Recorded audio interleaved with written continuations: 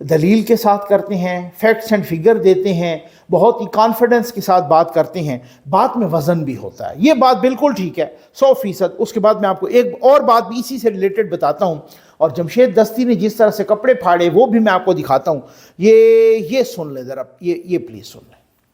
کیا کرے، قانون سازی کرائیں کہ خرگوش کتا پنجابی اس کا قتل بلوچستان میں جائز ہے، کرا لے قانون سازی، اس کے بعد ہم بھی چپ ہو جائیں گے.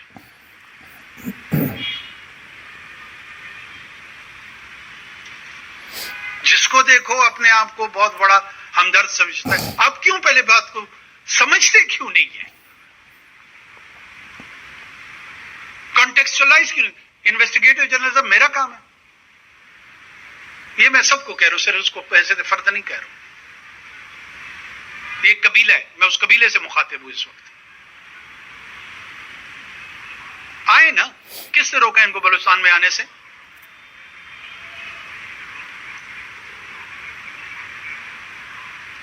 پنجگور کیمپ پہ آرگنائز حملے ہو رہے ہیں، نوشکی کیمپ میں ہو رہے ہیں، ٹیچروں کو قتل کر رہے ہیں، لائرز کو قتل کر رہے ہیں.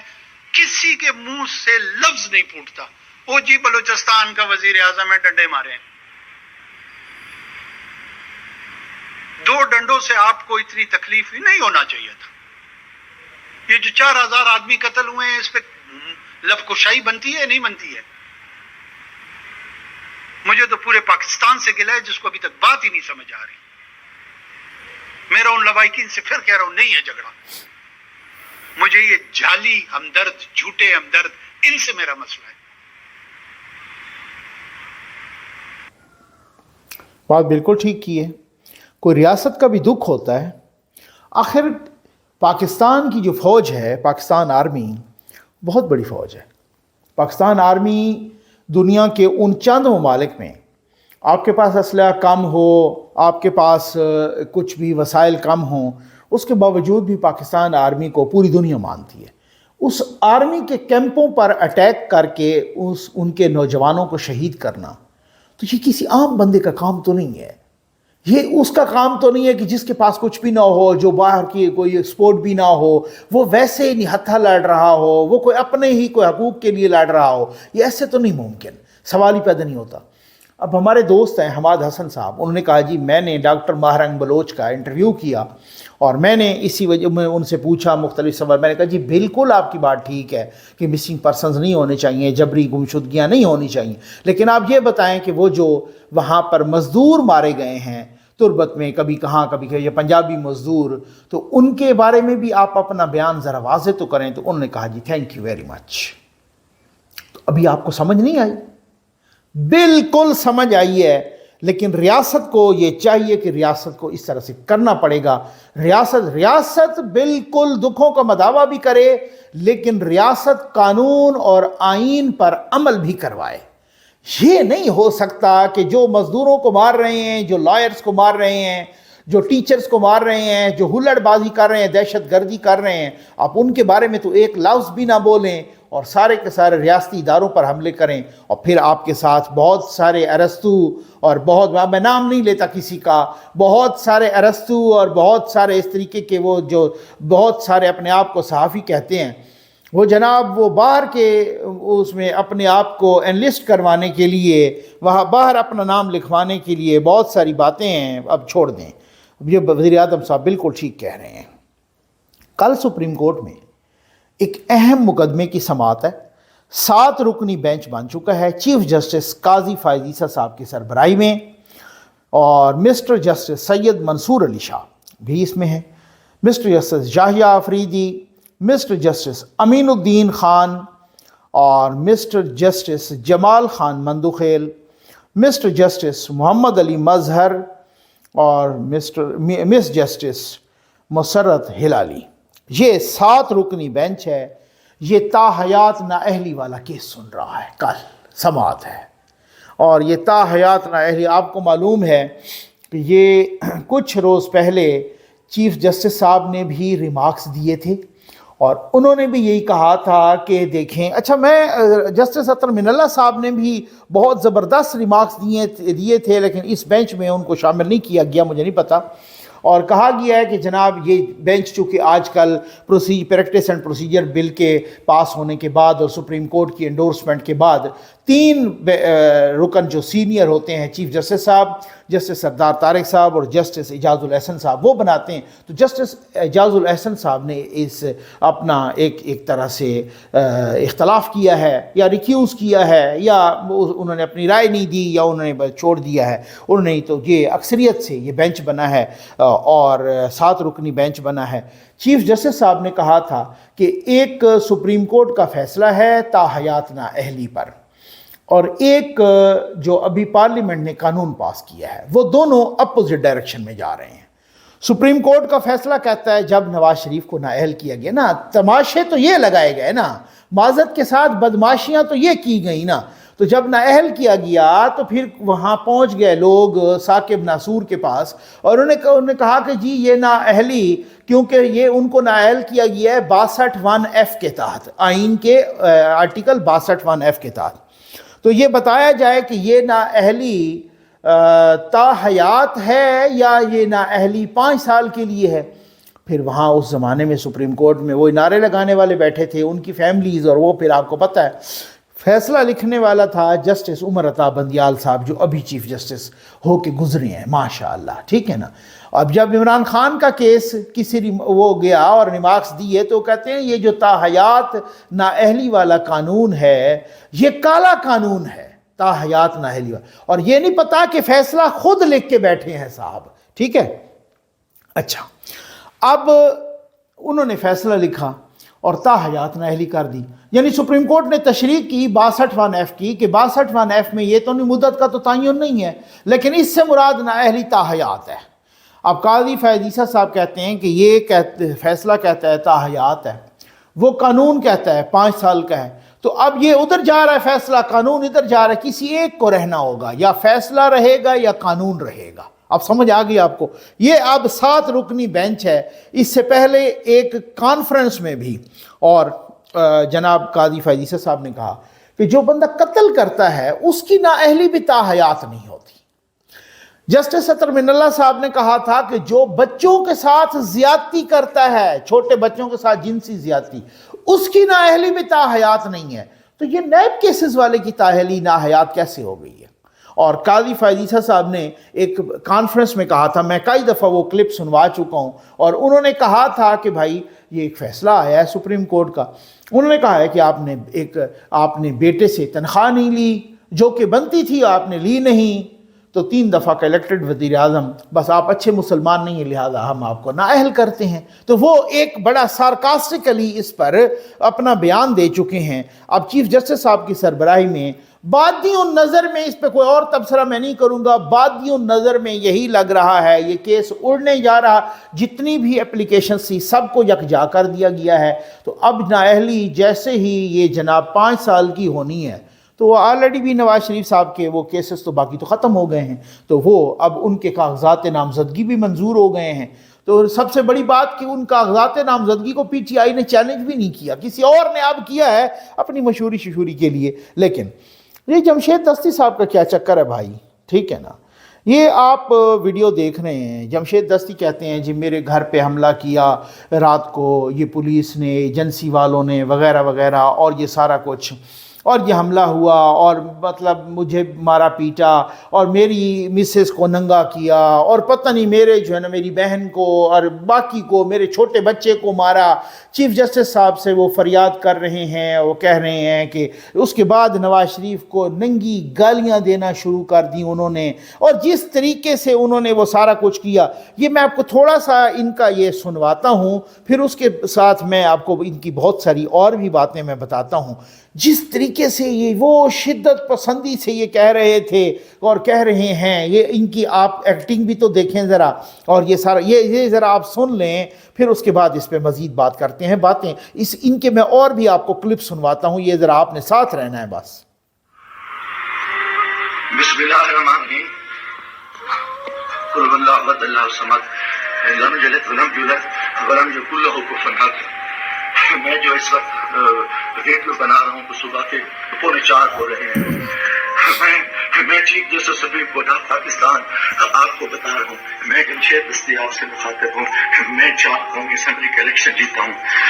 آج خفیہ ایجنسیوں اور CCTV کے لوگ میرے گھر ظفر کالونی جھنگ روڈ مظفر نگر پہ داخل ہوئے ہیں اور انہوں نے بہت بڑا ظلم اور بےغیرتی کا مظاہرہ کیا ہے. میری بیوی کو انہوں نے ننگا کر دیا ہے, میرے موبائل چاہے تشدد کیا ہے, بچوں کو مارا ہے. میرا چھوٹا بچہ 10 مہینے کا ہے, وہ چیختا چلاتا رہا ہے. انہوں نے 2 گھنٹے میرے گھر پہ 3 گھنٹے کا کمال بنایا اور پوری انہوں نے گنڈا گردی اور بدماشی کا مظاہرہ کیا. موبائل فون لے گئے, کیمرے توڑ کے لے گئے. 30-40 گاڑیاں تھیں. چنگی چوک کو انہوں نے یہ کمال بنایا. دن سے بھی یہ خاک خود کر رہے تھے. میرے دوستوں کے گھروں میں بھی انہوں نے چھاپا مارا ہے اور میرے ساتھ بہت بڑا ظلم اور زیادتی ہوئی ہے. میں پچھلے 9 مہینے سے ان کی گنڈا گردی کا مقابلہ کر رہا ہوں. آج یہ ابھی بغیرتی پہ آ گئے, انتہا پہ آ گئے. چیف جسٹس صاحب, خدا کے واسطے میں پاکستانی ہوں, اتنا بڑا ظلم میں سوچ نہیں سکتا اور میرے ساتھ اتنی بڑی زیادتی ہو گئی ہے کہ میرا جرم یہی ہو جائے کہ میں اس ملک کے ساتھ کھڑا ہوں, اس قوم کے ساتھ کھڑا ہوں. میں ایک ورکر کلاس سے آیا ہوں اور میرا یہی خدا ہے کہ ہم عمران خان کے ساتھی ہیں. انہوں نے کتنے دنوں سے میرے اوپر ایک کیس تھا. میں نے ملتان بینچ سے جو ہے کی ضمانت کرائی. پھر اس کے بعد میں نے مظفر نگر سے بھی آ کے ایک ضمانت کرا لی تھی, اس کی عبوری ضمانت کرا لی تھی اور کوئی کوشش نہیں. اس کے باوجود بھی میں اس ہیڈ پہ رہ رہا تھا. آج رات انہوں نے چھوٹ بغیرتی کا مظاہرہ کیا ہے, میں کبھی سوچ ہی نہیں سکتا اور میرا دماغ کام کرنا چھوڑ گیا ہے. اور میں اس کے ساتھ ہی اپنے قبیلے کے دوستوں کے برادری سے دوستوں سے جو میرے امیدوار ہیں سب سے کہتا ہوں کہ خدا کے واسطے اکٹھے ہو جاؤ. اتنی بغیرتی ہم اپنی قسطیں اتروا بیٹھے ہیں, اتنا بڑا ظلم اور اتنا بڑا جبر, اور میں کبھی یہ سوچ ہی نہیں سکتا تھا کہ یہ اتنی بغیرتی کرے. اچھا, اب یہ آپ اس کی ویڈیو ویسے دیکھ بھی رہے ہیں. اب پولیس کا بھی اس کا ریئیکشن آ گیا ہے اور پولیس نے بھی یہی کہا ہے کہ جی پولیس نے اپنا پورا ورژن دیا ہے. ٹھیک ہو گیا نا, اور وہ ورژن میں آپ کو ابھی سنوائے دیتا ہوں, اس کے بعد میں مزید اس پہ آپ کے اور جمشید دستی صاحب کی ویڈیوز دکھانی ہیں. یہ لیں. SHO مظفر گڑھ, یہ آج صبح سے سوشل میڈیا پر جمشید دستی صاحب کے حوالے سے ایک ویڈیو گردش کر رہی تھی جس کے حوالے سے سوشل میڈیا صارفین میں بہت سارے سوالات جنم لے رہے تھے. اس ویڈیو سے متعلق علاقہ تھانہ سٹی میں جمشید دستی صاحب کی جو رہائش گاہ ہے وہاں پر جا کر دریافت عمل میں لانے پر یہ بات سامنے آئی ہے کہ کسی قسم کا کوئی بھی ریڈ جمشید دستی صاحب کی رہائش گاہ پر کنڈکٹ نہ ہوا ہے اور نہ ہی کسی قسم کی ان کی فیملی کو ہراساں کیا گیا ہے. مزید جمشید دستی صاحب کی جو اہلیہ ہیں وہ آج سے 2 روز قبل بروز ہفتہ اپنے کاغذات نامزدگی کے سلسلے میں RO صاحب کے آفس میں آئی ہیں, جہاں پر انہوں نے اپنے کاغذات نامزدگی باقاعدہ طور پر جمع کرائے گئے. کاغذات نامزدگی جمع کرانے کے دوران نہ تو انہوں کسی قسم کا ہراساں کیا گیا ہے اور نہ ہی ان کی طرف سے کسی قسم کی کوئی ہراسمنٹ کے متعلق کوئی درخواست فائل کی گئی ہے. مزید جمشید دستی صاحب کے ماضی کے حوالے سے بات کی جائے تو جمشید دستی صاحب 40 کے قریب مقدمات ان کے اوپر درج ہیں اور اس ٹائپ کی ویڈیوز منفی پروپیگنڈے اور اپنی منفی سیاست کی عکاسی کرتے ہوئے جمشید دستی صاحب علاقے کے لوگوں میں خوف و ہراس اور انتشار پیدا کرنے کے لیے ایسی ویڈیوز پہلے ماضی میں بھی بناتے رہے ہیں. یہ موجودہ جو ویڈیو ہے یہ بھی اسی منفی سیاست کے شاخساں ہے. تو اگر مزید جمشید دستی صاحب کو کسی حوالے سے کسی قسم کی کوئی مسئلہ ہے تو اس متعلقہ فورم پر رجوع کر سکتے ہیں, جن کے جو بھی قانونی کارروائی بنے گی اس کو عملی جامہ پہنایا جائے گا. شکریہ. اب یہ پولیس کا آپ نے ریئیکشن دیکھ لیا, پولیس کا آپ نے رد عمل دیکھ لیا وغیرہ وغیرہ. ٹھیک ہو گیا. اب جمشید دستی صاحب کا تھوڑا سا حوصلہ رکھیے گا اور یہ ذرا سنیں کہ یہ جمشید دستی صاحب عمران خان صاحب کے بارے میں کیا کہہ رہے ہیں. ان کے عمران خان صاحب کے بارے ذرا یہ میں آپ کو ان کے مہذب ان کے میں آپ کو بیانات سنواتا ہوں. عمران خان صاحب کے بارے میں وہ کیا کہہ رہے تھے ماضی میں. صدی کا اگر جھوٹا اور غلیظ شخص دیکھا جائے عمران نیازی ہے.